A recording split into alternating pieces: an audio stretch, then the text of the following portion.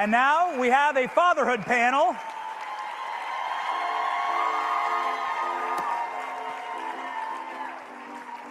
Yes. Let's go. I think we're going to sit now. And we're going to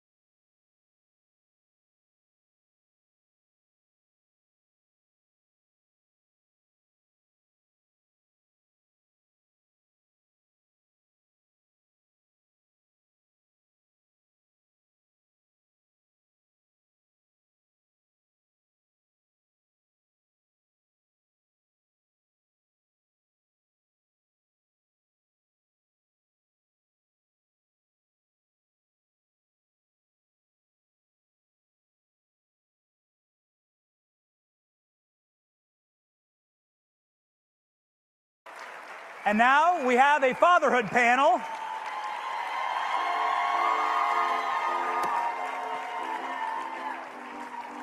Yes.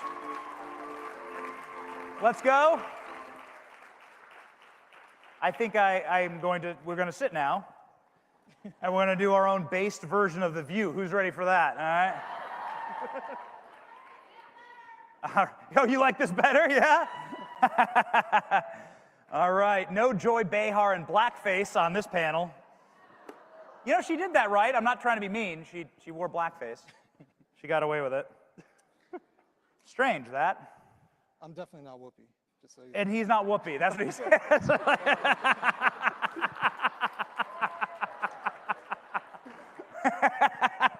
Terry Schilling, I don't know what you would be there. You're Kathy Griffin for sure. Oh my gosh. I'm sorry, yeah. We got some alpha dads in the house. Why don't we go down the line and introduce ourselves? Let's start. My name is John Amanchukwu.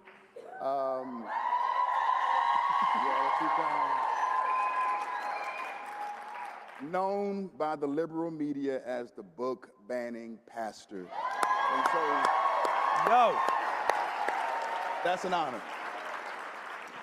I'm Terry Schilling. I am the president of American Principles Project, but most importantly, I am father to 7 children.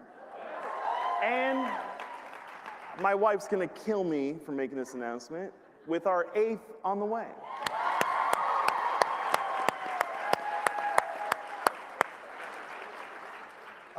I'm Adam Coleman. Not Whoopi Goldberg. Not Whoopi Goldberg. I'm an official Monster Liberty fanboy. I've been to every conference. I'm the author of a book called Black Victim, Black Victor, and The Children We Left Behind. Write for the New York Post, so on and so forth. But the most important thing, I'm a husband, just celebrated a 4th year, and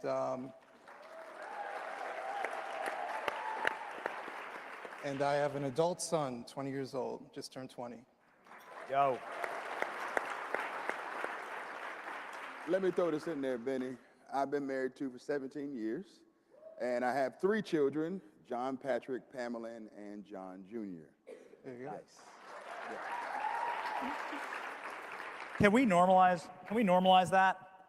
Can we normalize, like, if you're going to be a man and you're going to sit on a panel, you better be bringing children, right? You better say, yeah, okay, I manned up, all right?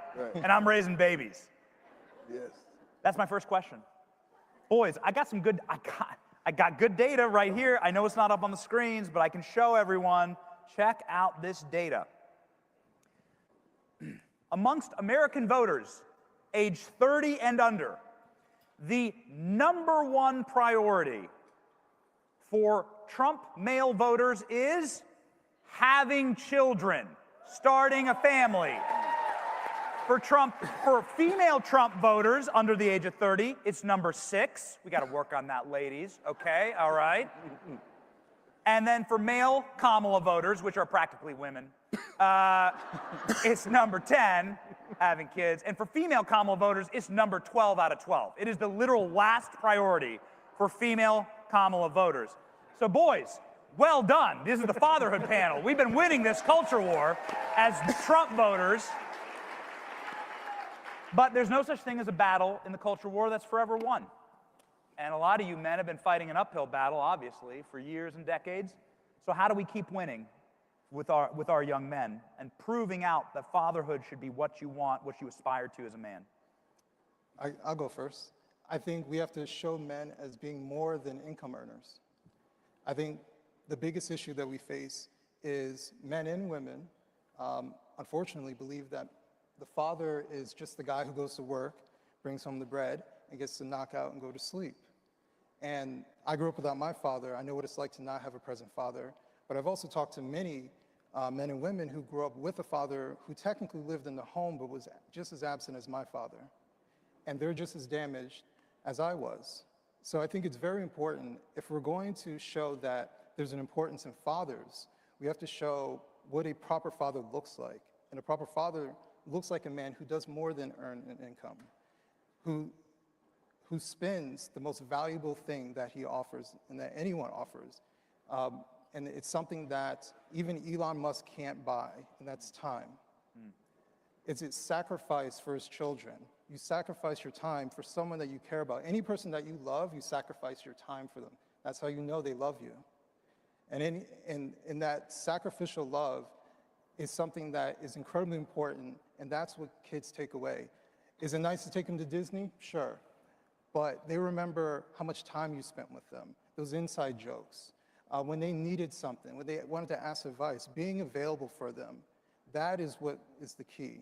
So we have to show that there's a deeper meaning to being a father than just the guy who procreates and goes to work. Word.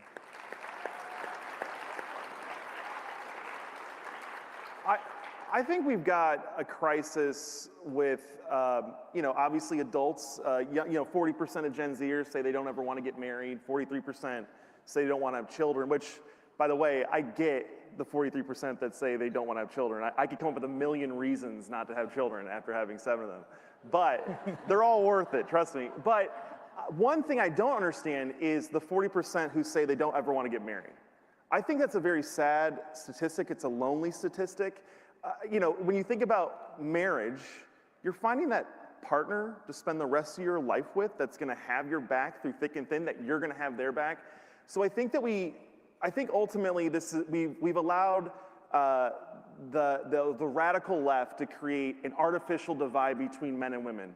Men love women, believe it or not, and women, normal women, love men. But there's been this artificial divide that's come from the left, and it's been operationalized through the Democratic Party, and they've changed our laws. And I think that we need to start going to our children, our young boys. There's gotta be a ton of boy moms in here, right? Boy moms?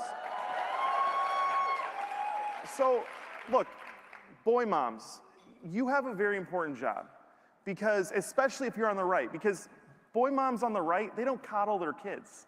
Right? We let them get scraped knees. We let them get into trouble. We want them out of the house. But, that's right. But you've got to encourage that, right? And you've got to encourage your young boys to be wild and free. Get out of the house. Get off of the video games. Don't get distracted with weed and hookup culture and social media and video games. Get out of the house, find a girl, get in your car, take her on a date. You know what I mean? That's what we got to get back to. So we need the boy moms teaching their boys how to be men, and we need the girl dads teaching their girls how to be respected and how to be treated by young men. That's what I think we start with. I would say that we have to point out and topple organizations and institutions that seek to destroy the nuclear family. Yes. The concept and the idea of the nuclear family does not originally come from the Democrat Party or even from the Republican Party. It comes from God. God's desire is that we would be fruitful, that we would multiply, and that we would replenish the earth. And any institution or organization that seeks to destroy that, we shouldn't support those institutions. And this is why during the summer of 2020 and 2021, I attacked from the infancy what BLM stood for, because on their website, they wanted to destroy the nuclear family. And if you know anything about the fatherlessness rate in the Black community, you know that 70% of Black homes are led by a single parent. And so why would an institution want to destroy the nuclear family knowing those dire statistics? Consider this, from the 1890s all the way up to the 1950s, the Black marriage rate rivaled that of whites. But when welfare states were made and Lyndon B. Johnson came along with this Great Society plan, he destroyed that. And so I think now more than ever, we need men and fathers to speak out against institutions that are intentionally trying to sabotage the nuclear family. We can't allow these things to exist. We have to fight back. We have to push back. And listen, I can recall having my first car seat in the back seat. Man, I was the man. I was the coolest. I was the coolest dude on the block. Once you could finally get it in. I'm telling like, how do you do this? I'm telling you. Yeah. But listen, I figured it out. It was easy, you know. And it's an honor to be a father. It's an honor to be a patriarch. It's an honor to lead a family. It's an honor to be a provider and a protector and a priest of home. And we need to normalize that and make that popular in today's culture. The natural follow-up that I'd love to hear everyone answer, but that you mentioned, is that the government, you're saying, destroy institutions Yes. that attack the nuclear family, that create fatherlessness. Right. Well, what attacks the nuclear family more than the incentivization structure of our own federal government to pay single moms more Correct. to not have a dad in the household? Correct. They used to have government minders go house to house to ensure the father wasn't there. That's right. So the lady could get a welfare check. I mean, that's sick, man. Yeah. That is a sunken society. So are you saying let's get rid of those programs entirely? Yes, what I am saying is that welfare is there for people who are going through a short-term lack and they have a need. But it should be a safety net and not a hammock. You shouldn't spend 10 decades on welfare. And we need to monitor how we dole out these funds and support people who are in those positions. My mother was on welfare for about 6 to 7 months, but she didn't like the fact that all 4 of her children were going to school and having to eat from the free and reduced lunch line. So my mom went and took on another job to make sure that all of her children were not in the free or reduced lunch line. What am I saying? I'm saying that you can obtain and reach any pinnacle in society regardless of your pigmentation and of your skin tone and your color. We should not allow the Democrat Party to think that they have a corner on the market for making successful people in America, which they don't. It's the anti-God family. It's the anti-family party. And so we have to point what's going out and make it clear. The Democrat Party wants to destroy the notion of family in America. And I don't believe that Christians should support a political party that seeks to do that. I don't know how you can call yourself a Christian and support the Democrat Party in the first place. And what I'm saying right now is not popular. It's not popular to say, but it needs to be said. It's necessary because we have the Democrat Party position as an entity that seeks to destroy God. They are haters of God, and they are inventors of evil things, and we need to point that out. I'm personally really happy right now that Kamala Harris is unemployed. I don't know if she's on welfare or not, but I hope she gets the help that she needs. You know what I mean? Okay, so maybe can we broaden this out to the rest of the panel? What should the government be doing to incentivize family creation? How about that? Well, one, I think we need to stop lying to the people about the priorities that are good or better in our society. We spend billions and millions of dollars in our society telling young girls that their career, that their educational attainment is more valuable than being a mother. Is that accurate? Is being a press associate for Google more valuable than having a baby? I don't think it is, and I think we all know that that's true. But that doesn't stop the federal government, our state governments, our local governments from pushing these ideologies on our young girls at the youngest levels, right? I'm the eldest of 10, full disclosure, but I was talking to, my sister was 12 at the time, but she was number 9. And I asked her, I said, what do you want to be when you grow up? Thinking she would say, a doctor or a lawyer. She said, I want to be a mom. I was blown away.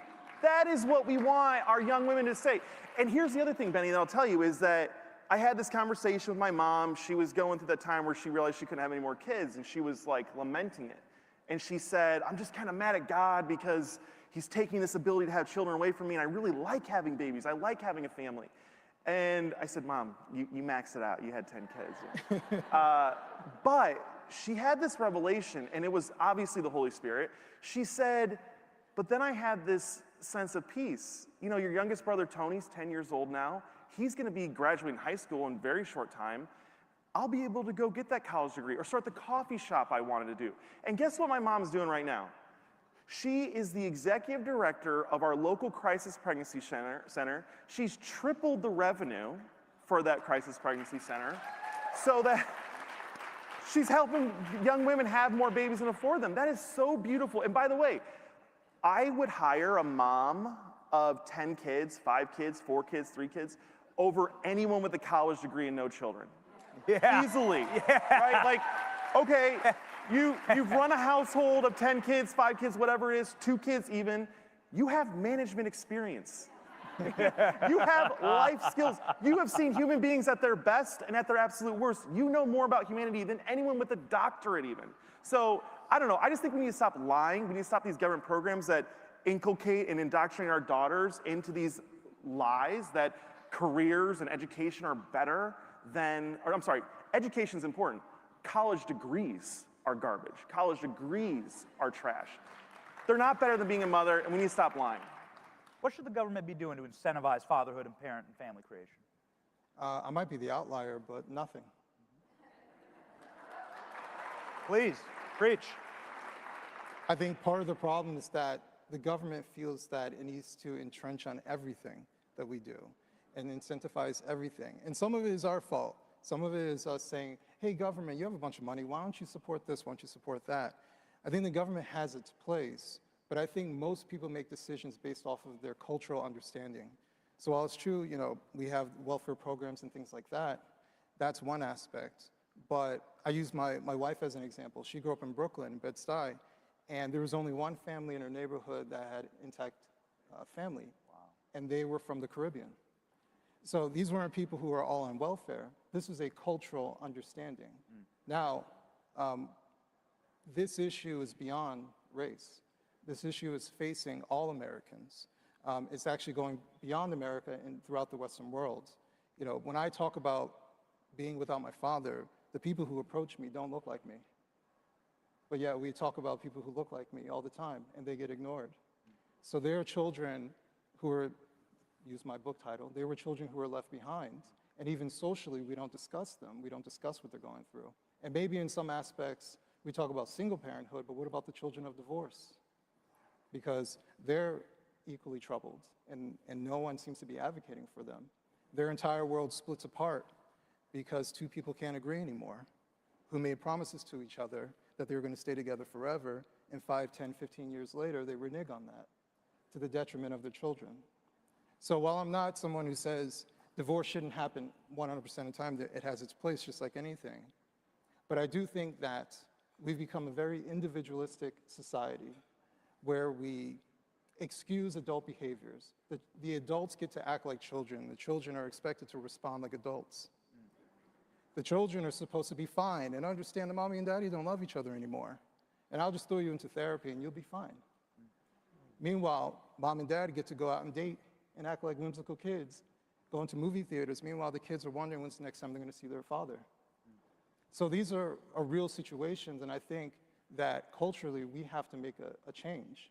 And it's beyond maybe you're doing everything that's right, but what about your sister and your brother? You know that they're abandoning their kids, and you say nothing.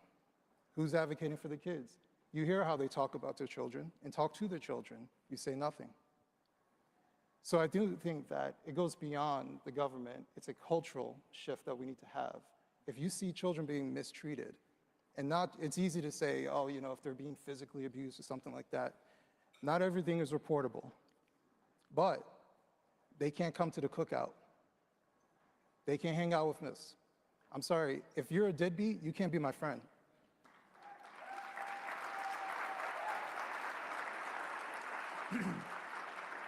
For fear of this being taken out of context, because this is not obviously the audience nor the movement to beg for government solutions for everything, I'm not trying to do that exactly, but what I am doing is looking around the world at countries that are seeing collapsing birth rates. Yeah.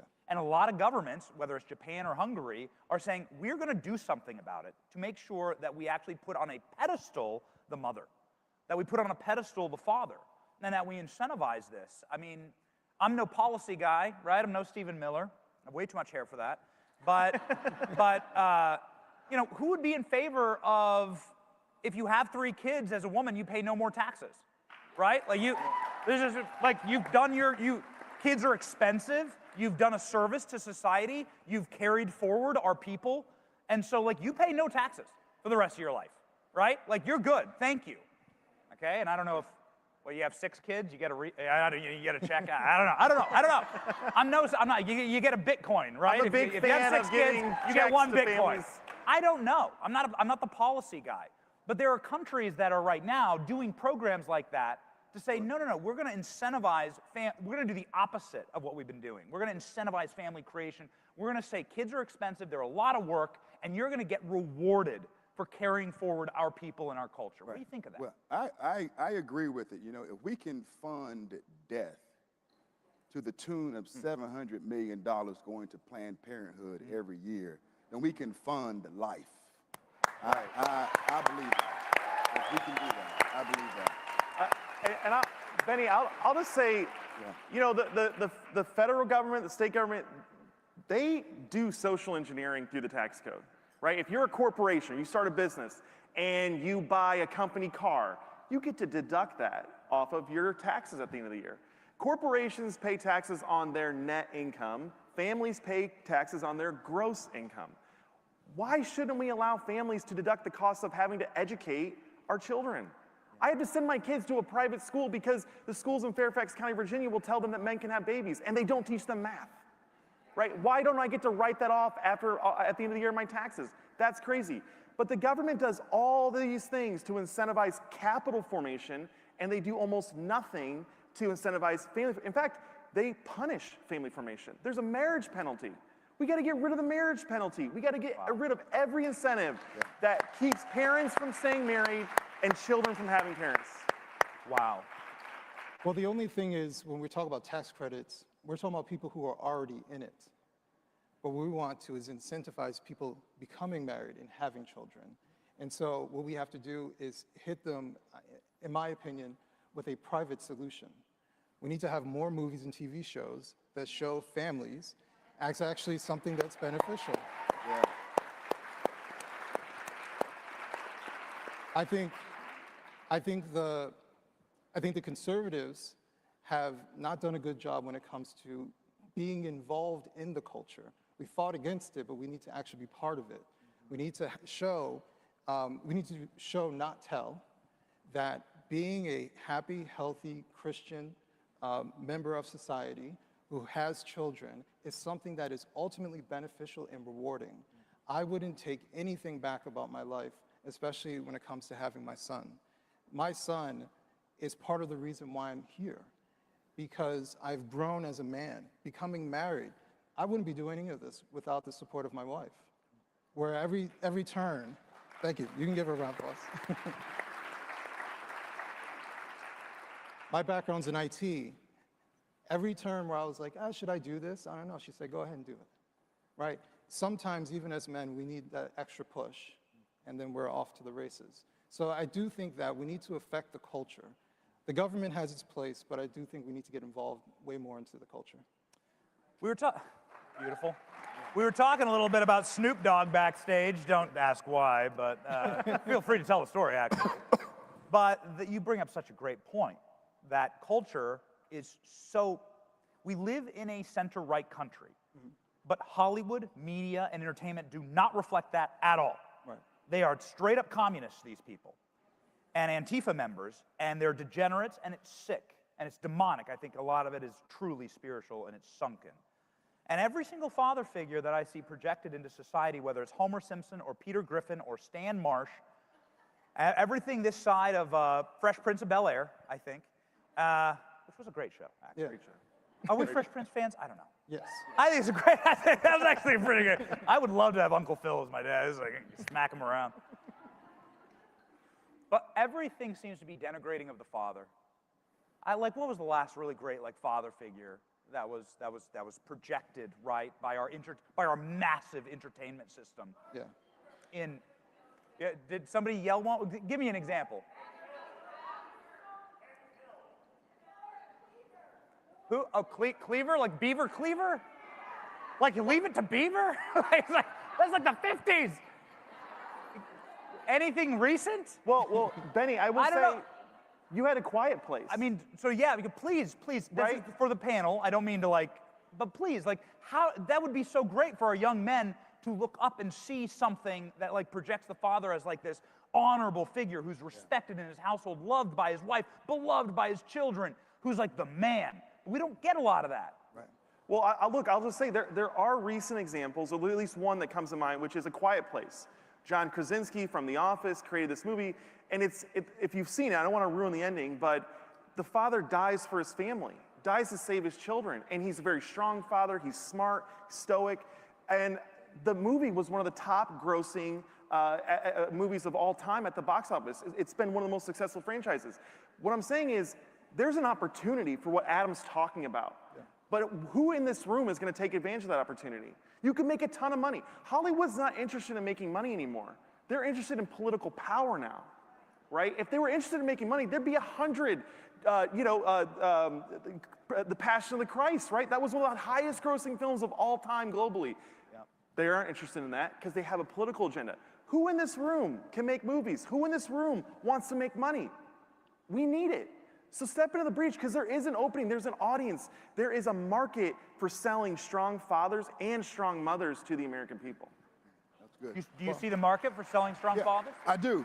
There is a market for clean and wholesome television, documentaries, sitcoms, and shows.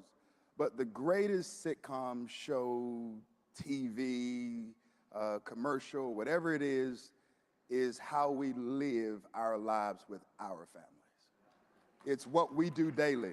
Yeah. It's the father that I am to John Patrick, to John Jr., and to Pamela. And it's the husband that I am to Crystal. Yeah. The Bible says that we are living epistles read amongst men. People read your life and what you do. The determination that I've had over these past 3.5 years to at times leave my own family and travel to 22 states, fighting against Marxist, atheists, punks, and perverts who are trying to mentally rape and sodomize our children. That is the greatest sitcom and show that we can produce of what it looks like to be a man and to defend and protect the family. It's what we do daily in our lives. I mean, I've seen Antifa up close. Man, you'd kick their ass. Like, you know what I mean? Like, these guys, like, I love you going state to state fighting them. I'd watch that. Can we make that a show? Can we make that a show? Like new cops. Woo! Yeah. Pay-per-view. I would do it. You'd beat UFC, man. Yeah, you guys are absolutely right. I remember when my son was younger, we watched Disney and like these Disney Channel shows, and the fathers are always buffoons and the children are smarter than the adults. Yep. And that always discouraged me, and I never really liked it when he watched it. So I would turn it off and have him watch something else. Yeah. But as a shameless plug, I am working with a startup streaming and production company that focuses on family-friendly, healthy content because there is a market for it. You're absolutely right. There is a market for real people who want to see something positive and not degenerate. And so, it's called Thirst Entertainment. Will be coming soon. And you guys can subscribe and watch all of that.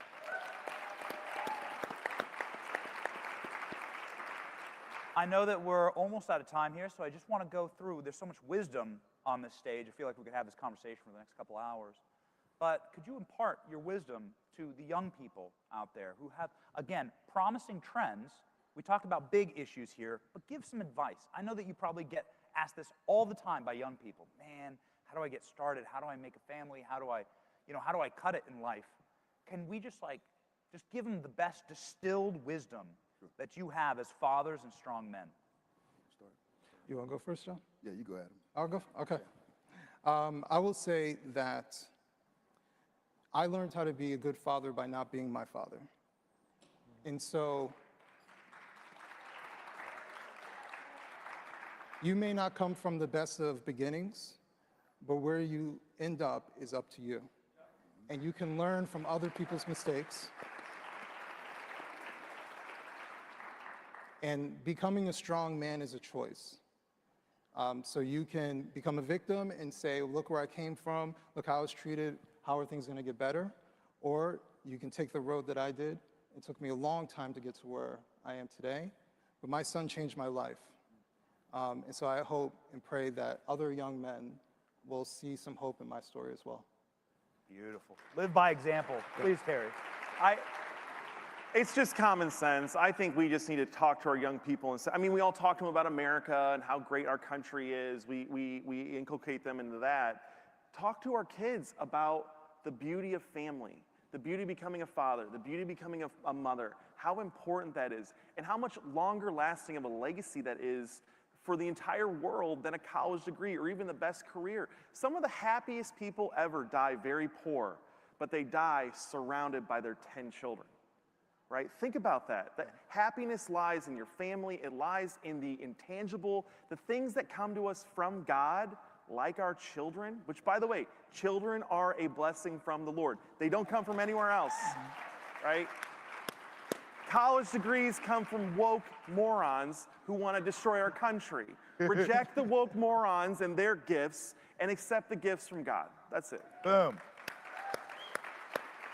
I think now more than ever, we have to talk about the sacred covenant of marriage. Yes, yes. Before the children come, there's a marriage there. There's a covenant there. You're not in covenant with your children. There's a relationship with your children, but you're in covenant with your spouse. And it's imperative that children see the magnitude, the greatness, and the blessedness of this divine covenant. And when we normalize the covenant, we make it easy for children to conform to the covenant and desire the covenant for themselves.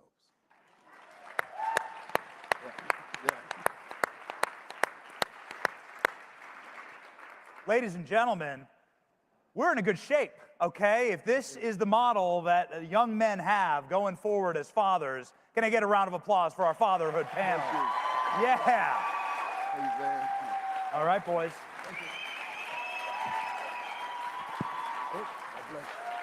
Chris. We go.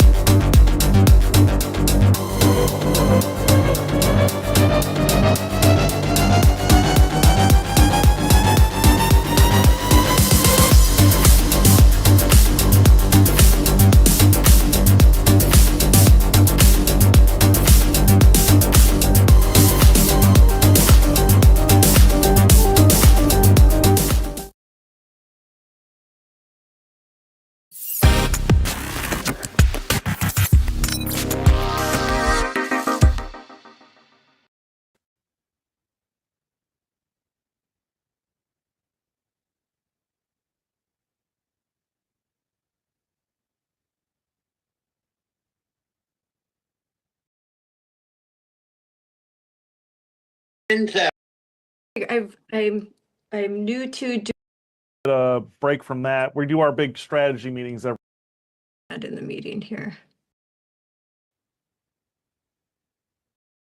It's fine because I need peace.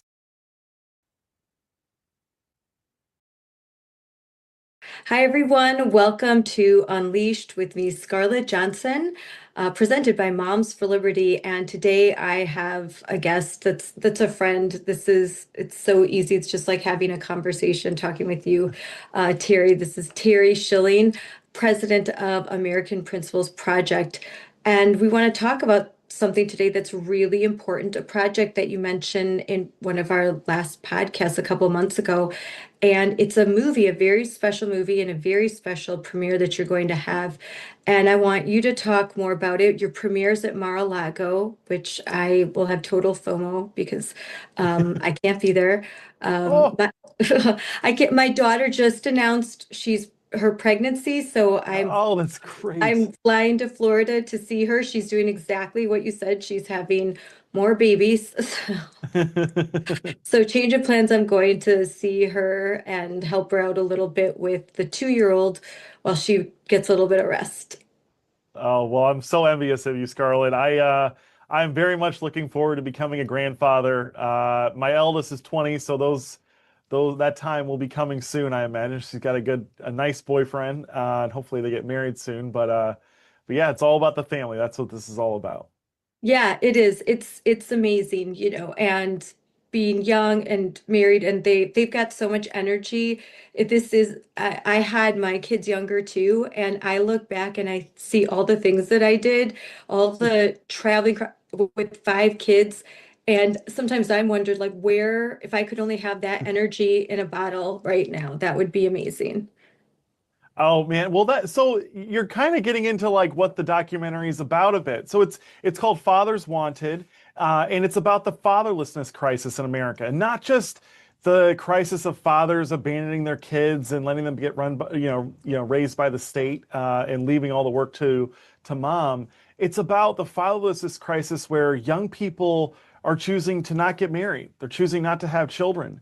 And I think about, we all know that strong families impact society in incredible ways. The kids that are raised in intact, strong families that go to church on Sunday, they get the best grades, they make the most money when they get older, they use the least drugs, they commit suicide at the lowest rate. It's all very boring because of how predictable it is. But what this documentary also looks at is the impact that becoming a parent, becoming specifically a father, has on you as a young man. And it really makes you grow up, right? That when you become a husband, you're saying, my life is not just about me anymore. It's about my wife, and I have to provide for her. But when you become a father, it's like that times a million, because you've not only got the wife to take care of, you've got children, and you get this burning desire to become better and to do things right and provide for your family. It's all biological, it's like psychological. But that's what this documentary explores. It explores my path as a father, my own dad, and his recovery from addiction. It's incredible. And anyone that's interested in finding out more, they can go to fatherswanted.org. But we have some amazing guests in this, and I think it's going to be a groundbreaking documentary when more people see it. So you say that your father is part of the story and inspired Fathers Wanted. Why could you expand on that, and why is this film so important to you? Well, so my dad was a recovering alcoholic and recovering drug addict. He got addicted to drugs in high school when his own parents were divorced. And it was traumatic for him. He could kind of keep the addiction at bay for the first few years of my parents' marriage. But when my mom was pregnant with number 4, my brother Joe, who's also in the documentary, my dad hit rock bottom. He was going on 3-day benders. These were serious drugs. It's not just like, marijuana, although that's a serious drug, but he was using crack cocaine. And they would go on 3-day benders and not come home. And my mom, was driven to the point where she was going to file for divorce. And it was that moment where my mom made it clear that he couldn't continue and keep his family, that he chose to return to fatherhood. And so fatherhood for him was his path to recovery, to redemption. And what was really beautiful about my dad's recovery, Scarlett, is that he turned his life around so much that by the time he died and we started becoming more open about his addiction, people just didn't believe it. He was a great businessman. He was a one-term member of Congress from Western Illinois. He ended up having, my brother Joe, who my mom was pregnant with when he got clean, that was number 4. They went on to have 6 more kids. I'm the eldest of 10 kids, right? So you think about if my dad had chosen an alternative lifestyle, how that would have impacted me. I don't think I'd have my 8th kid on the way, right? At Yeah. this point, I don't even know if I would have gotten married. That's amazing. That's an amazing story of redemption that shows that you can choose a different path. I think people struggling with addiction, a big issue is because I've had family members in my life that they can't get past feeling that they have been a disappointment, and they are in this cycle where they just have hopelessness, and the understanding that it just starts with that first step towards recovery. And yeah, there's a lot of damage that has to be repaired, but you just have to take that first step. The journey of 1,000 miles starts with one step. And once they can achieve success and turn things around, they can be some of the some of the greatest leaders and people of our time. I think Robert Kennedy Jr. is another person who was an addict, and look at like then he channeled that into health, into working, into like you just channel some of the drive that into something that's healthy. Some people become more religious, and there's a lot of different ways to combat it, but channeling your everything back into your family to faith. I mean, the 12 steps of alcoholism usually, from what I've learned from some of my cousins that that work with people with addiction, they usually need to be grounded in faith, something higher, a higher power, a calling, something that can help them rise above. No, and that's what the program teaches you, and you have to repeat that every week, that you are vulnerable, that you cannot do this alone, that you can only do this through the grace of God. And my dad would always say, "There go I, but for the grace of God," right? And we'd Yeah. have all these. We were always, anytime we get frustrated, or my mom would get frustrated with something, he'd say, "God, grant me the serenity," which is obviously Yeah. the common prayer for those that suffer from addiction. But look, I just look at this generation of young people depressed or anxious. There's never been higher deaths of despair where people are overdosing. And I think you're exactly right.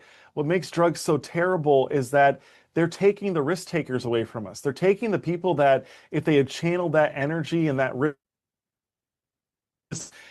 they would use that to Yeah. great beauty and great wonder, and they would build enormous skyscrapers, they'd invent new cars. And it takes these people that are just so creative and not risk averse, the game changers, the disruptors, and it takes them out of the field, and it gets them complacent with drugs. And that's what fired my dad up about getting other people clean. That's why he stayed involved in the program for so long. And that's why he literally told me in his final days, my dad passed away in 2021.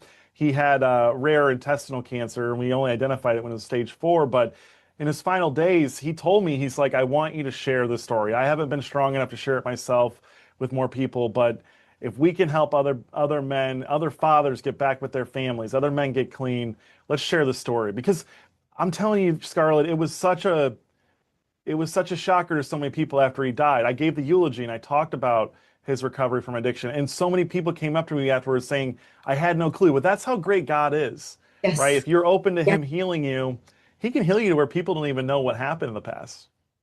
Yes. 100%. That's a great story. So, how old were you when you had your first child? I was 19. My Yeah. my eldest daughter is now 20. She's a sophomore at Illinois State University. But Wow. Scarlett, it was my second semester senior year of high school that we found out that my girlfriend was pregnant. And I will tell you, I was never, I guess I was afraid in the beginning, but it was like abortion wasn't even an option. Like, it wasn't even a consideration. It was, how are we going to take care of this baby? Are we going to we actually looked at adoption. We looked at a lot of things, but um, man, when Grace was born, there was no giving her to anyone else. We just had to keep her, and she's easily one of the best human beings I've ever known. She's so talented. She's so musical. She's a fantastic student. I mean, we've never had to really bother her about studying or getting good grades because she just gets 4.0s all the time. I couldn't be more That's proud of her. But yeah, amazing. I was 19. I was a much younger Terry and much less facial hair, that's for sure. Well, that's also an inspiring story because I think, especially today in 2026, you don't hear a lot of about 19-year-olds getting pregnant and they get married and they have the child, and then fast forward 20 years and you're still married, your wife is having your eighth child, and it's a success story because often, even in the Christian community, the message is, oh my gosh, like, that's it's doomed to fail. And I think that instead, the message that you can get married, it's not, this doesn't have to be a bad thing. No, it's not what we would tell our kids. That's what you should do in high school. But when it happens, it doesn't have to be the end of a story. It's the beginning of something different. My daughter had her first child young, and she was in college, but it wasn't something that they were expecting. And I know a lot of people would think, tell your daughter to have an abortion. This is a life sentence for her. She'll never achieve her dreams. And of course, she did. She had her baby. She got married. She's graduating from nursing school this June, and she's having another baby, and she's going to get her master's degree. Like nothing is changing any of that. And you find a way. Have a.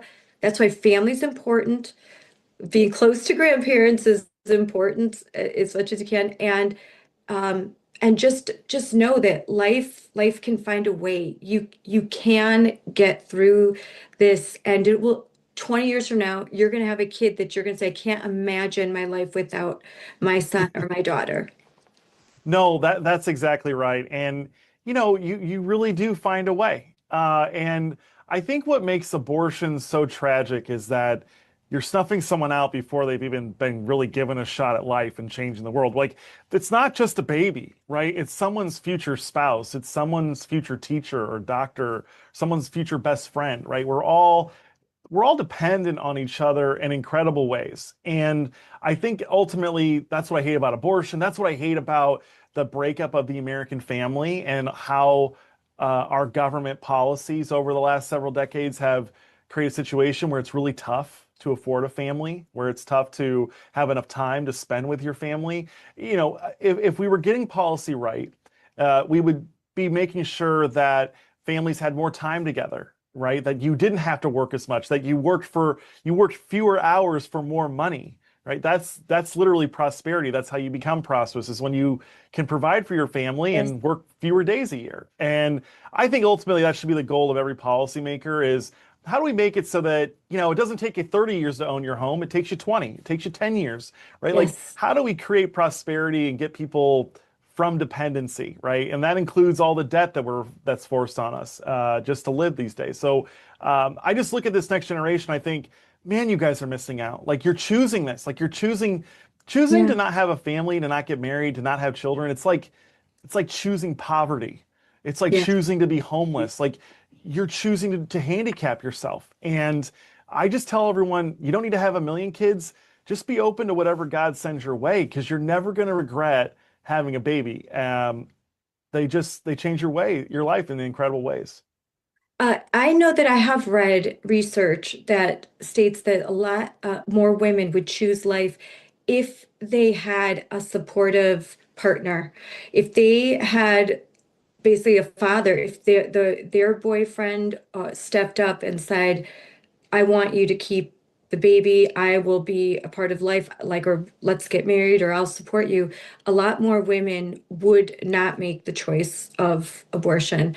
And so if men stepped up and there was a culture that supported that, I think there's so many issues that, like, this isn't all about men either, that women are told to, instead of, if you're listening to Jordan Peterson, we are supposed to be choosy about our partners because we know that we can get pregnant, and we want to make sure that if we're going to be intimate, it should be, in my opinion, married. But that's not always the case. You try, that's the goal. But that you're with someone that will be a husband and a father. But when we tell women, just behave like a hormonal teenage boy, that's your right. In fact, that's what's empowering. I think you're denying, basically female biology, because that's just not, it's not in our nature. And when we behave that way, we end up depressed, we have anxiety. And so that's my message to women, to my daughters, is don't believe the lie of the far left feminism. Like, their path will not make you happy. What is your message to your sons and to men? Well, I'm so glad you brought this up, because I think it's greatly undercovered, especially when you're dealing with abortion and choosing life. We often, a lot of times, we talk about the doctors, we blame the women. But you're exactly right. All of the studies show that if the woman felt like she had the support that she needed to raise a child, abortion wouldn't be thinkable. And so, Mhm. I talk to my boys. You have to establish responsibility in them at very early ages, right? And you do that by chores, by little things, by showing them that they have responsibilities to the household, to their family, and this is not a hotel where you just come, eat, and sleep and study and then go to school. This is a house and it's a family, and you have responsibilities and duties, and your greatest duty and responsibility is to your children, right? And you have to you also learn a lot, and you teach your kids a lot by teaching them how to deal with their sisters, how to deal with their Yes. brothers, right? Like you Yes. model this stuff as a man, and so you talk to your boys a lot, you take them out. But Charlotte, or Scarlett, I'm sorry, I would just go a little bit further and say that I think, yes, if the father was more involved, but I also think that if the father of the mother of the unborn baby was more involved and supportive, I think there'd be a lot fewer abortions. Like my daughters, my message to them is always, we'll figure it out. Right? Yes. Whatever problem you have, whatever 100%. trouble you're in, like we will figure it out. Like I'm your best friend with this stuff. And I think that also requires building trust, right? Like talking to them, building relationship with, spending time with them. And to the dads listening, or the moms listening that can then tell the dads, you know, the one-on-one time is so critical, but it doesn't have to be like hours at a time. It can literally just be like, hey, let's go get a Slurpee at 7-Eleven, a 5-10 minute trip down the street. And that's a lot of time actually of just one-on-one. You get a chance to catch up real quick. Your kids just need to know that you're there and that you love them and support them. And I think that makes a lot of things interesting. But I think we go wrong on with our daughters and our boys when we blow things out of proportion, right? Like Yeah. at the end of the day, even if you're unmarried and you're pregnant, like blessed be the name of the Lord. This is a Yes. new human being that It's a God life. created, that He willed Yep. into being, and we're going to take care of this baby. We got to figure out a plan. So I don't know. I think we need to embrace life more. What's so Babies are bad about blessings. Babies are yes, blessings. yes, that's it. And they are willed into existence by Yes. God. Like who am I to question that? I'm no one. I'm just Terry Schilling. Yes, babies are blessings, and even if wasn't part of the plan, I mean, I've had 5 kids, and only one of them were we trying. It was all surprise. It was all A lot of surprises. extra wine on Like, your wedding oops. night Yeah. anniversary. Yes, it's like, oh, I wasn't planning, but the minute it's a life and has purpose. I couldn't imagine my life without any of my children and grandchildren. So, there's a empty space where a human being was supposed to be, and we want to encourage life. And when you're talking about for sons, and I have one son, 4 daughters, but I think modeling behavior, but also as a mom, he was never to raise his voice to his sisters or to me, never lay a finger on a woman, always pay for a date. I don't care what it is. Yes. If you have $5, she Yes. doesn't pay, you pay. You open the door, you go meet the parents. And they're diamonds in the rough. You raise your children like this, and they're diamonds in the rough. I have 2 nephews. They are amazing, and they have been raised in the church. They've been raised to be strong. My brother's an ex-Marine as well, but they're also kind. And it is so rare. So many people will just tell when I'm with them, like it's so a boy like that. Oh my gosh, polite, kind. How can I help you? We can do it. It's not perfect. My brother's not perfect. I was not a perfect parent. We messed up all the time, but the thing that we did do was just consciously and with effort raised our son to be a man. Yeah. No, that's exactly right. And we actually explore this theme. So one of the people that we interview is Bishop Robert Barron, out of Rochester, Minnesota. And he has a whole section where he talks about how becoming a father is critical to growing up, right? And taking on responsibilities, living for other people rather than yourselves. And he brings up the example of the playboy, right? A playboy is someone that just lives for themselves, the lavish lifestyle. It's very narcissistic and self-centered, but they're a playboy. They're not a play man, right? Yeah. And they're stuck in adolescence. And Yes. I really don't think that you become an adult until you start focusing and serving other people. And that's the big difference. And I think that we are by eliminating fatherhood and by eliminating families, we're prolonging adolescence. I mean, think about like how long people stay in college now and get advanced degrees Yep. and they're dumber than ever, right? Like they're not Yeah. actually smarter or better off after getting the degree, but they still act like children. They still think like children. They think, what's next for me? What's next for... I don't know the last time I really thought about my needs because I have 7 I kids with know. another on the I way and know. a wife at home. I got a staff here at APP. You know, my whole life I'm trying, and any bit of me, any bit of my life that's still about me, I'm, you know, trying to readjust so it's not as much about me. I think your legacy is always like in the impact you have on other people, right? Yeah. And you experience that when a parent dies and you have all their friends and the people they helped in their life coming up to you saying what they did for them, what your dad did for them. And it's a real eye opener and it really changed your perspective on everything. I know we talk a lot about unaffordability of things and we do need some solutions. We could talk more about that, but one of my daughters just recently asked my husband, like, how did you become successful? At what point, did you finally like achieve some more of that financial success? And he said, honestly, the when having another kid, like usually we're pregnant, we're having another kid, he said I had to think to myself, I just strategized, okay, I've got to work harder. I've got to get up earlier. I've got to figure out how I'm going to take care of my family. He didn't think how, like, send Scarlett out to the workforce, you go get a job, or what government program can I have? It was like, what am I going to need to do to take care of my family's needs? And I had more fire in my belly than the guys around me who did not have children. It's so true. I mean, it's been my own experience, right?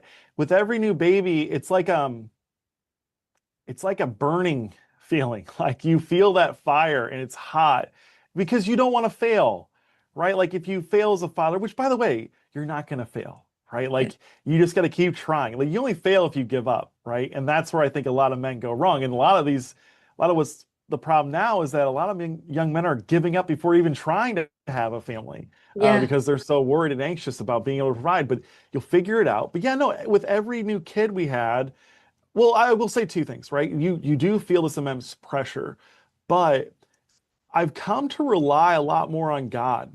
Yeah. And so I'm less stressed because I've I've kind of been forced to accept that not everything's in my control, that I do have to rely on God to support us. And don't get me wrong, it's not always sunshine and rainbows and Yeah. flourishing and prosperity. A lot of times it's tough Struggle. and you Yeah. got to make tough calls and you got to sacrifice. But Scarlett, you know this as a mom.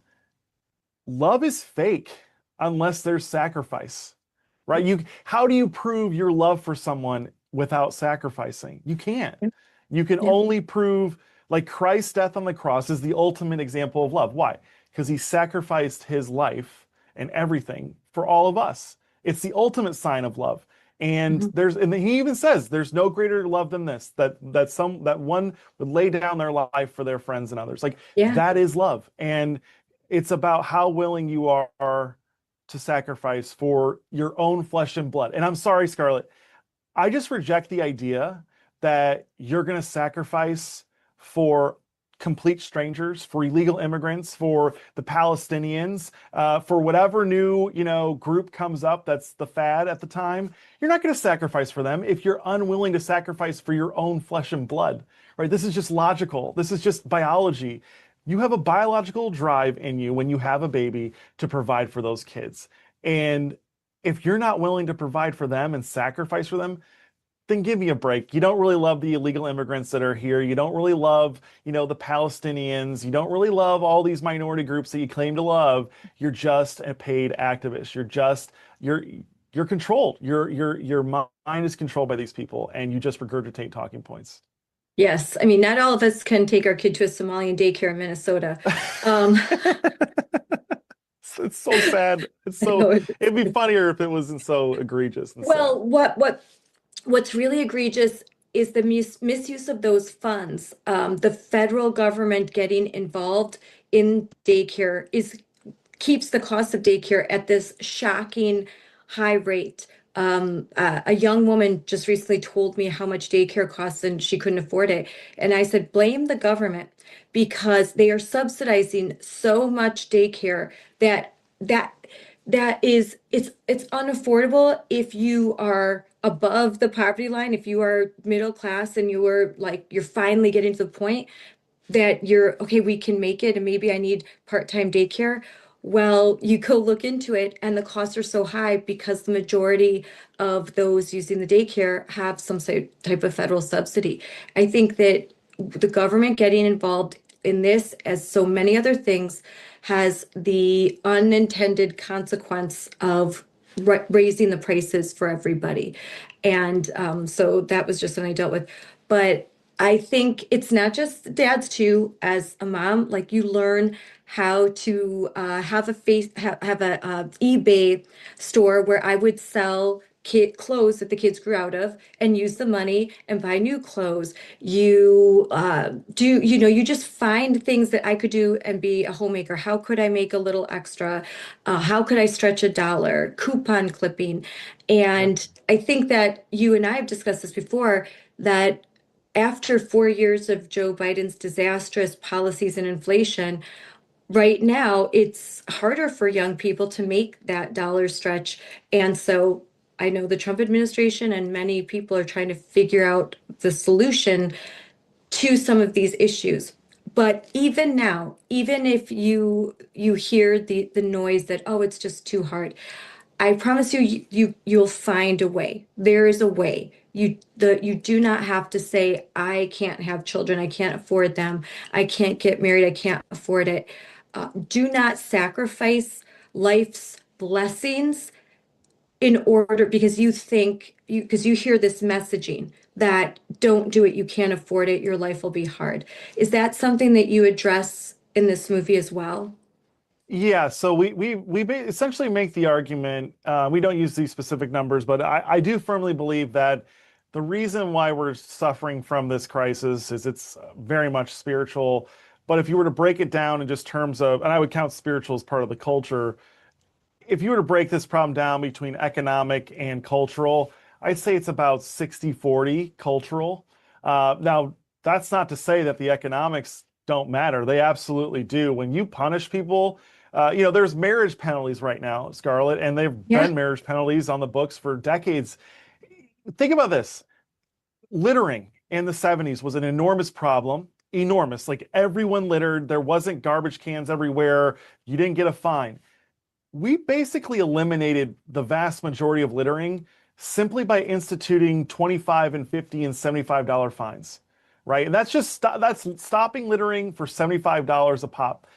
The marriage penalties are upwards of $30,000 a year, right? Yeah. So when you punish people when they get married by taking away $30,000 in benefits or increasing their taxes by that much, that's a real cost. And that's going to keep a lot of people, especially people that know these programs, which, by the way, if you have any family members that have ever been on government assistance, they know the rules of these programs. And they have social workers that help guide them, that they meet with on a regular basis. So when they go to that social worker and they say, "Oh, where'd you get that ring? Oh, well, we're getting married in a couple months. I'm so excited. We're going to start a family."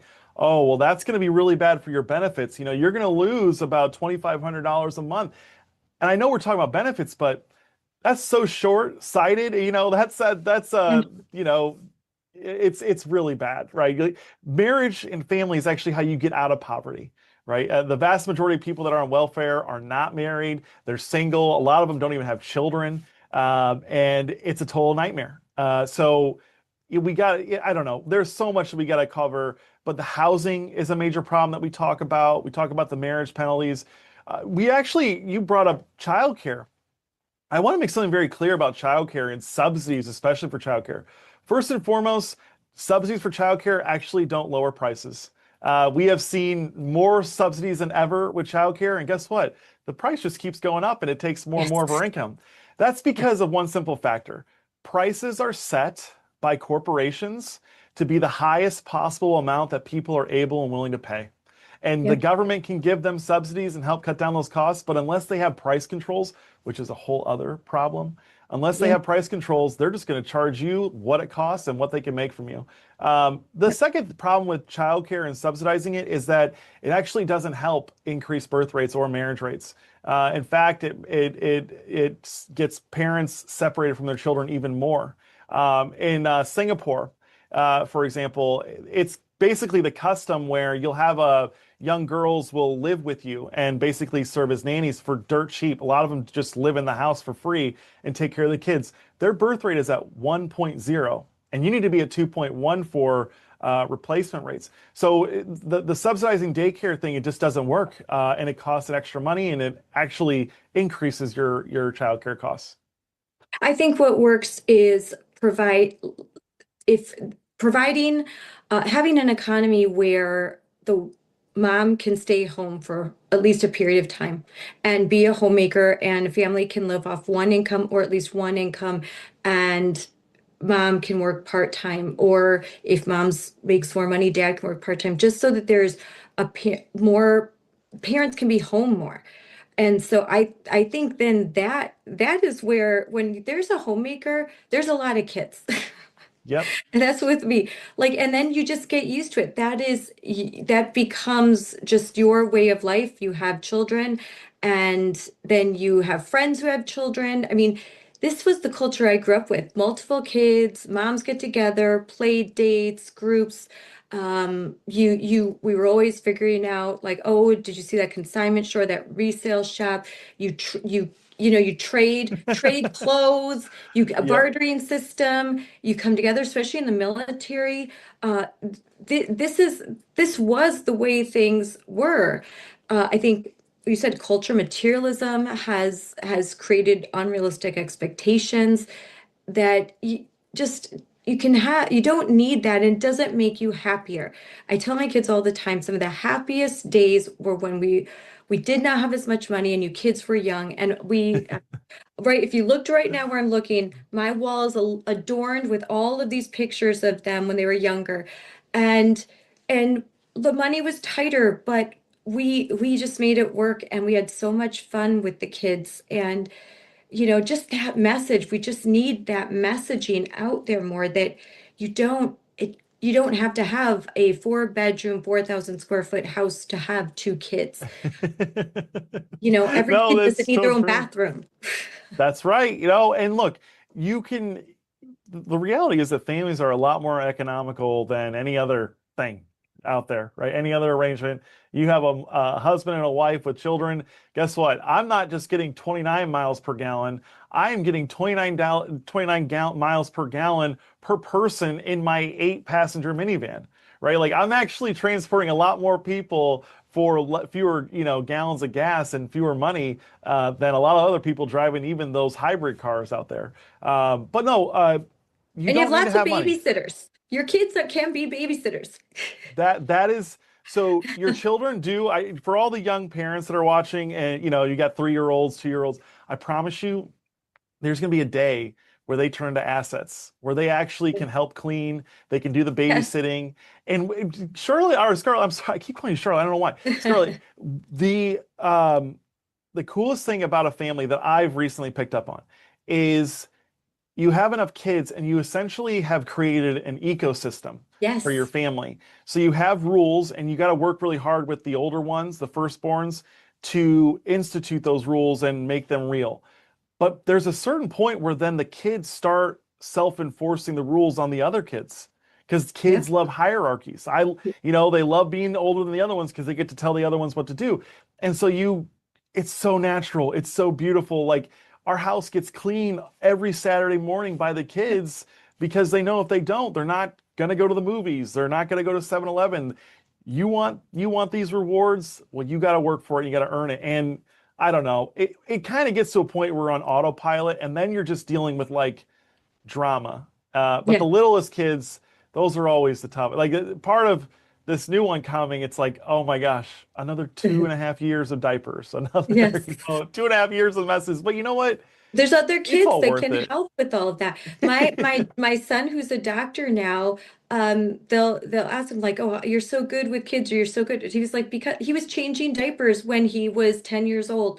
He was babysitting. He was driving his sisters around. He was helping, he had to help clean. He cooks. He does dishes. His wife now is very grateful that when she's had a long day, she'll come home and he's cooked and done the dishes and cleaned up because he had responsibility. The oldest and with little ones, under him, he had Mhm. responsibility. My daughters, like and they crave it, they need it, and Yep. it's good for them. They're not little slaves, although they may tell you that every once in a while, like I'm not a slave. It's like, but they, you build an ecosystem, and then if you even add that you have cousins, that's what I would encourage. Like, stay as, if you can, stay as close to your family as possible, because you could have grandparents, cousins, aunts, uncles, great aunts and uncles, and then you form a real ecosystem of support and help. And, each one takes turns. When one is in need, someone is there. And that I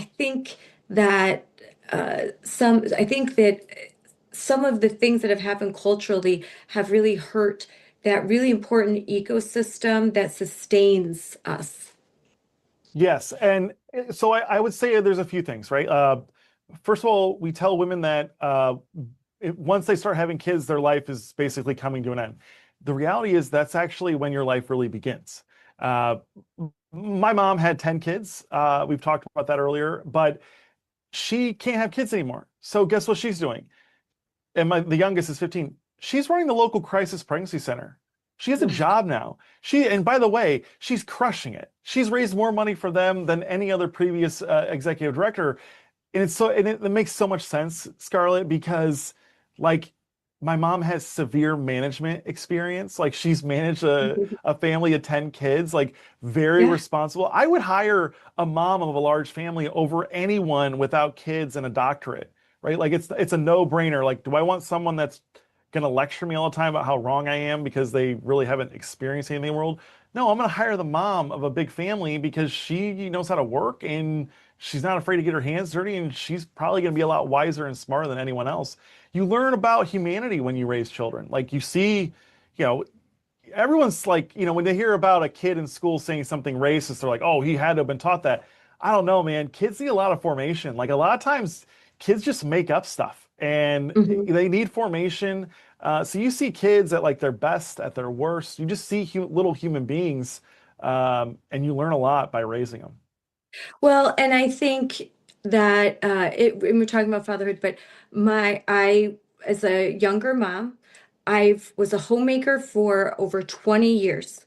And now I'm the social media manager for Moms for Liberty. There is a second act. I had my kids young, and I was there for every minute of it and volunteer. And I still have two kids that high school and middle school. So I have a job where I can do both. But right now, you can have a second act. You may not have that career when you're in your early 20s, but honestly, like I know so much more now than I did in my early 20s. And there's a wealth of experience that you bring into your career. And I'm grateful for my husband, who was a good father and continues to be, because guess what? He put his time in his 20s. He worked 80 Right. hours a week. Now he doesn't have to work that much. So he can be home more and he can do carpool. So I could go and do something different. And that's the balancing, a good man, a good father that provides.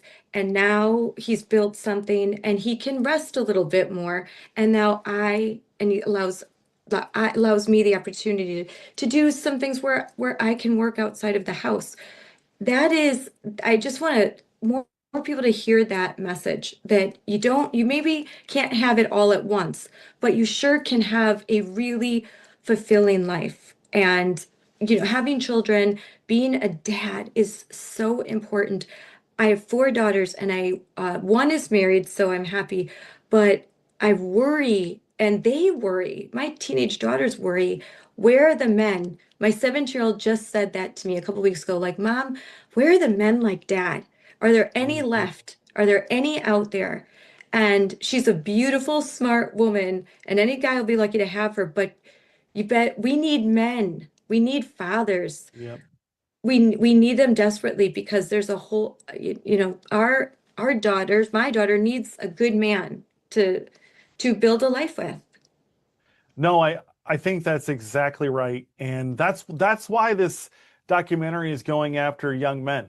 I did the Lincoln Fellowship at the Claremont Institute with Charlie Kirk back in 2021, and what it is it's basically 12 up and coming leaders or public policy staffers on Capitol Hill, those types of people. You go out and do a 10-day basically America retreat. You learn about the founding fathers. You have discussions about current issues and what you would do to solve them. And there was an interesting point where we were talking about families and who was at fault for the marriage crisis. Is it men who aren't stepping up to their responsibilities? Is it women just going to college and rejecting that?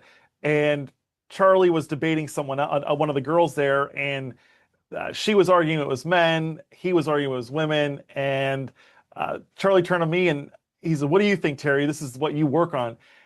And I said, I just think that like men, if they're actually the head of the household, like it says in the Bible, they kind of got to be the ones that have their stuff together first, right? And they got to be the ones pursuing women, right? I think at the end of the day, it's kind of weird if a woman is pursuing a man. I don't know what that is. It's just like it just appears weird to me. I think that men should be pursuing women, and that they should be looking for a wife, and they should be very serious about it. And when you're watching porn or when you're doing hookup apps and hookup culture, you're not looking for a wife. You're actually taking advantage of the very people that you're supposed to be looking out for and protecting. And that's where much of male culture has gone these days, is they're fundamentally unserious about the real things that matter, right? What matters is who you get married to. That's going to be the most important decision you ever make in your entire life. Whoever you marry, it's not your college degree. It's not even. By the way, I just want to say, children and family are not a distraction from college and career. Yeah. In fact, college and career at this point is a distraction from family and children. That's period. End of story. You can go to college in your 30s. You can have a career in your 40s. You know what you can't do? Have kids. Yes. It's a lot more difficult to have kids in your late 30s and 40s than it is when you're in your 20s and early 30s. It infinitely more difficult. And I just think it's so tragic that essentially corporate America took over. They sold us a bill of goods that, no, actually it's empowering to force the moms and dads into the workforce to make literally half as much money because both parents have to work now to provide. It's just so criminal. They stole families from them. They stole children from them, and they convinced them that going on a third or fourth vacation of the year was a lot more enticing and fulfilling than having another kid. I don't know. It's just so sad. So we're trying to break that cycle, that marriage crisis cycle that we're in, where 40% of Gen Zers say they don't think they'll ever get married. That is so sad. So sad. And I don't know. I just feel so bad for them. So we got to break this out of them because Yes. it's such a beautiful life to live when you have a family. Responsibility brings meaning to life. You don't have responsibility. You will have a life without a lot of meaning. And I think that these are the people that are always searching. They're trying to fill the void. But I'm thinking about the movie Nicolas Cage and the Family Man. And like if you haven't watched it, you should watch it. We watched it over Christmas. And to me, it's great. It was, he starts off because he was this high-powered businessman, had everything he ever wanted. And then he wakes up and he's in a whole nother life where he made a decision and he has 2 kids and he's in a house that's not perfect and all of this. And by the end of it, he doesn't want to leave it. Like this other life, he had friends, he had purpose. He had, the walls had handprints on them, but it's all the cliches are true. If you don't have a purpose, if you aren't providing for someone else, if you're always just thinking about yourself, I think that Chelsea Handler can do all the videos that she wants. It's not real. You're not a person filled with joy and happiness. So in No, and remember when we did Dr. Phil and yes. they put us up against those child free by choice people, and they're like lecturing us, the people that actually got married and had kids. They're lecturing us about how much better their lives are without children. How would you know? Like, how would you know? And I'm sorry. I'm sure everyone else has very cute kids that are absolutely lovable. I have several that I love, but there's nothing like your own children, right? Like, no one, you can't judge whether or not you and your husband should have children based off of other people's kids. That's like a really bad reference point, right? But yeah, I found that whole conversation at the end of it, I've reflected a lot about it just because, one, I don't think it was a fair system. I don't think No. child Mm-mm. free by choice. You're trying to create a political movement. You're trying to encourage more people to stop having children, which is pathetic. It's really Yes. sick and demented. Like, what is it to you if I have more children? But I've thought a lot about that, and I think the thing that's so asinine is that the people who have no experience having children, literally have never held their own baby in their arms, are telling a group of people that they shouldn't have children. You don't know. Like that would be like me saying, don't go to Disney World. Have you ever gone? No. Well, then how do you know? Right? Like, Yes. if you haven't been Yeah. to Disney World, you have no right to tell other people not to go to Disney World. And I think it's even like worse for people that tell other people not to have children when they haven't had them themselves. Well, that Dr. Phil episode, they made it look like we were trying to force people to have children. And the whole point was because they didn't really play the clips that we had seen beforehand.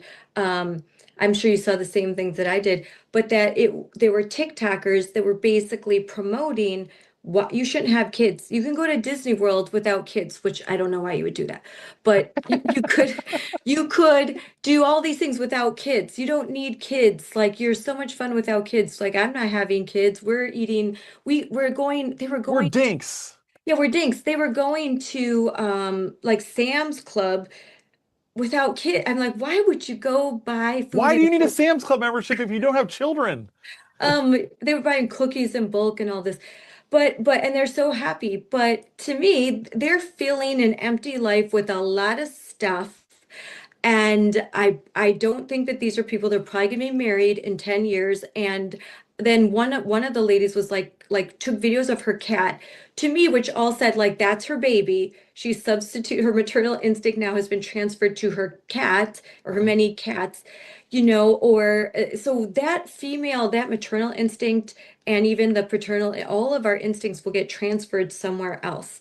And it's Yeah. not good, No, and you see this actually playing out before us, right? There was a recent survey that's been done year after year. I think it's by Gallup or Pew that's been tracking political ideologies based on men and women. And what they've shown is that men have remained pretty consistent, like they really haven't gone further right or further left.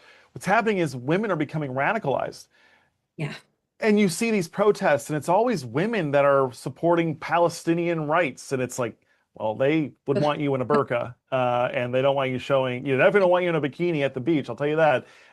They don't support abortion. Like, they support all these crazy things. They are supporting the rapists and the murderers that are killing young women across the country, the illegal immigrants and the gang members. Kilmar Abrego Garcia has like a group of friggin' what do they call them? I don't know. Not roadies, but Yeah. groupies, like they have Yes. their own fan bases Oh, and yes. Oh, it's yes. gross. Like, why are women on the front lines defending all of the criminals, all of the like people that would put them in prison and put them in burqas? It's because they don't have children, Yeah. right? Like they are maternalizing complete strangers. Um, and it's totally crazy. And they look to the government as a father figure, or they look to an authoritarian as a husband or father to take care of them. Yep. So they're looking, so essentially they're looking to this more masculine entity to protect them and take care of them. And that can be authoritarian. And then they are trying to mother wounded animals or beings that need them, and I think they're that's being weaponized to like the trans men, like men who think that they're women, transgender women, which doesn't exist, but and they're because it doesn't explain and this this scenario was explained by a feminist, and when she said that it's women and they're just this toxic empathy, I'm like, oh, that makes sense, because just didn't understand how these women like are protecting rapists. Well, they don't have children, and Right. they've never actually, they also have been very privileged. They have not been poor. They've not been raised in the ghetto like I have. They have not seen the effects of violent crime and criminals. And so they have all this empathy for people they don't understand. And they really need to talk to women who've been victimized and children. Instead, they're kind of on college campuses talking to Marxist professors. Well, one thing I've picked up on, and this is through the people I've met in my life, but it started with having these long conversations with my great grandmother. Uh, she was born in 1922, had a very rough life. Like, she would tell us about their meals they would eat growing up and how their dad wasn't making very much money. And I realized this because she was so joyful. She was always positive, optimistic. Like, the people that actually suffer, that aren't comfortable, that the people that like don't come from privilege, that have had real injustices inflicted on them, these are actually the people that really complain the least, right? They're the ones that are really just happy just to have a normal day, right? When you've been abused your whole life and mistreated, you kind of are just so grateful that you're not getting mistreated. Now that's not ideal, but I'm just pointing that out to say that these people that are constantly whining, Ilhan Omar, it's a great example. She's from Somalia. Like, it's the country in the world that has like the highest rates of rape and murder and violence and like theft. It's a horrible place to come from, horrible place to live. We brought her in as a refugee, right, at a young age, and she just complains all the time. Yeah, Whines, complains about yeah, America. I'm sorry, is America better or worse than Somalia? Because if it's yeah. better, you should be kissing the ground you walk on when you're in the halls of Congress because you're welcome. I think America's the best country in the world. I wouldn't live anywhere else. But all these people that complain about our system, like, complain if you were born here. I get that. But if you're from Somalia, you need to sit down because you're not in a position to lecture really anyone. Yeah, and I think that they may fight alongside kind of Marxist, far left, feminist radicals, but if these Somali women who are like they can only show their face, they live lives of that are far more traditional than you and I in very traditional roles. So it's really kind of a lie. They're aligned with this radical left for a political reason, a financial reason, but that's not how they live their lives. They live their lives in a more traditional manner, and then but they fight alongside radicals. It's a juxtaposition that's very strange, and I but the mainstream media doesn't call it out. They just kind of let all of that slide, and the fact that there is a lesbian radical Marxist and she's fighting for a Muslim woman who can't even show her hair in public and probably very traditional. To me, it's they're not like they're this is just strange. They're not communicating because the radicals, they if they were to live in Somalia, their lifestyle would be one that would not be tolerated. So to say that, No, that's exactly right.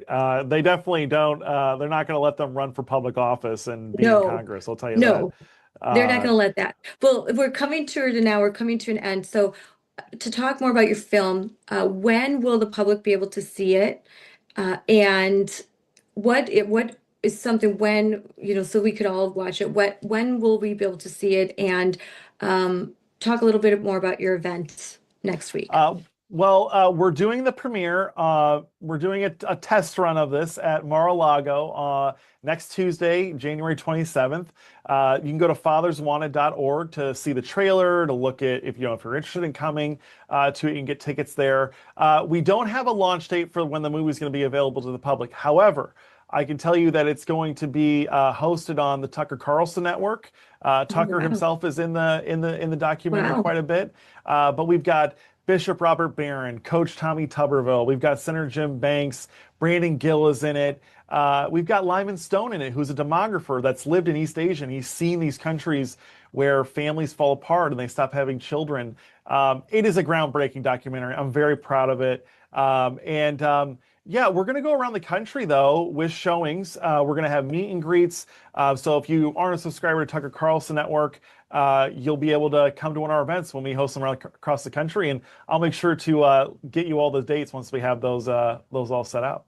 Yes, if you're like anywhere in the Midwest, that would be great if I'm here or if I'm in DC or something. But yeah, so so if you're like, and I'll put more info on this when this goes live. I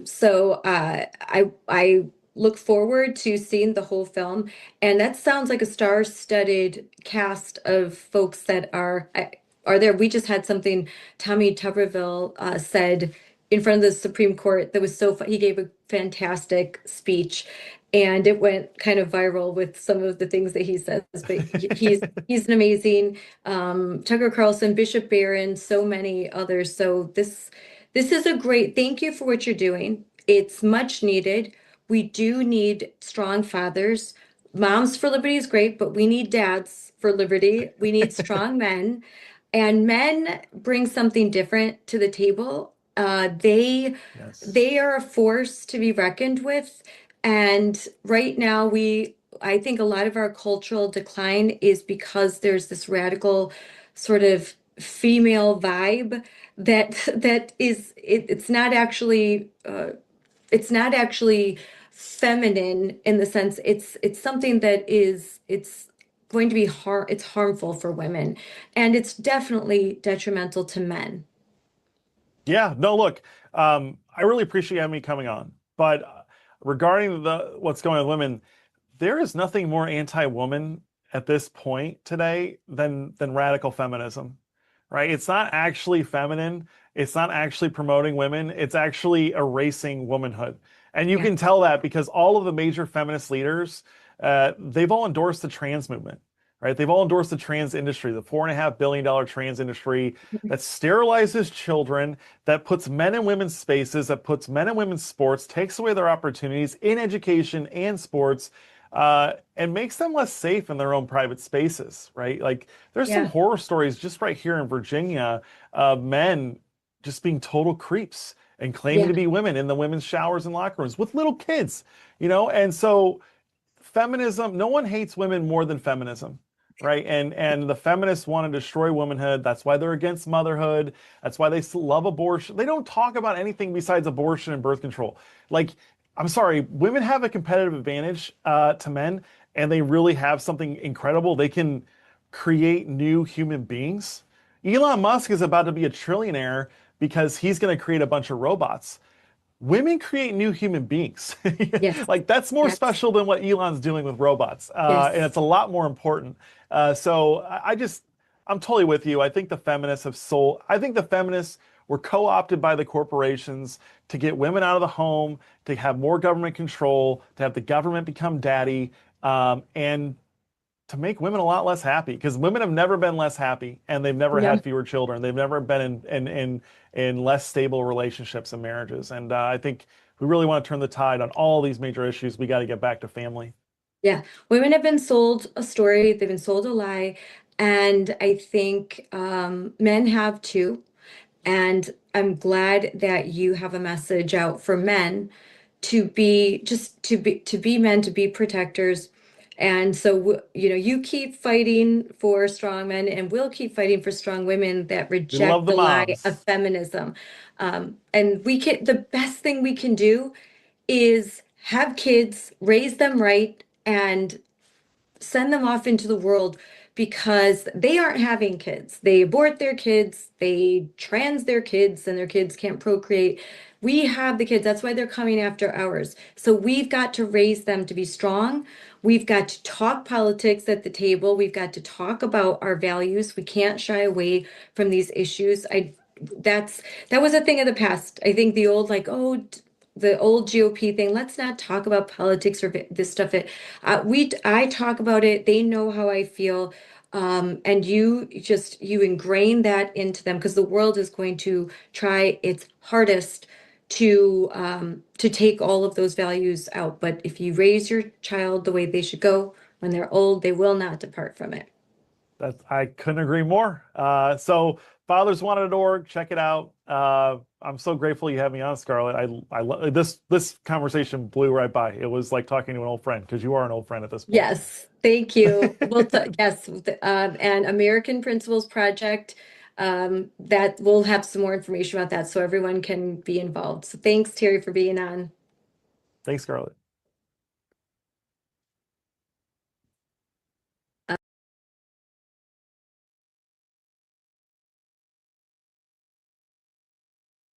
In 1960, the average American family had over 3 kids. Today, it's less than 2, and dropping fast. Before we can fix the future, we have to understand the crisis that we're in today. Men aren't having kids. Birth rates are falling fast. And many men are afraid of losing their freedom, afraid they can't provide. They're afraid they'll fail. But these fears aren't happening in a vacuum. They're the result of deep cultural forces.